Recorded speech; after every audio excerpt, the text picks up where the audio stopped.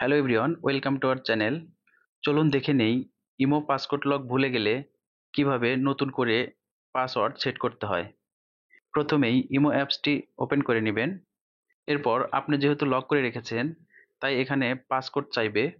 আপনি যেহেতু পাসকোড ভুলে গিয়েছেন তাই পাসকোডটি রিসেট করা প্রয়োজন।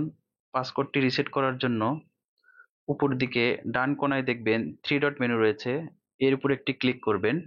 এরপর এখানে দেখুন ফরগেট পাসকোড নামের একটি অপশন চলে এসেছে, এরপর একটি ক্লিক করবেন। এরপর এখানে দেখুন সিকিউরিটি ভেরিফিকেশন নামের একটি উইন্ডো এসেছে।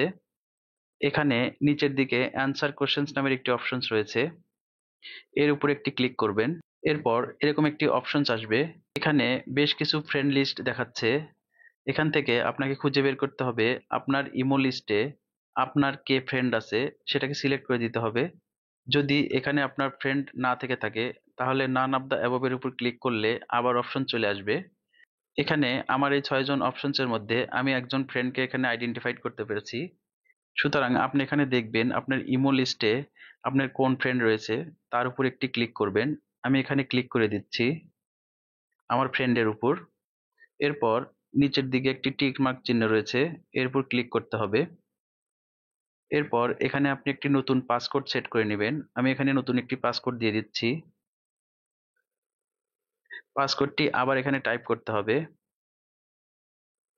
তাহলে দেখুন আমার এই ইমোর পাসকোডটি সাকসেসফুলি রিসেট করা হয়ে গেছে। এভাবেই আপনাদের ইমো লক করার পর ইমোর পাসকোড ভুলে গেলে রিসেট করে নিতে পারবেন। আপনি আমাদের চ্যানেলে নতুন হয়ে থাকলে আমাদের চ্যানেলটি সাবস্ক্রাইব করবেন। Thanks for watching.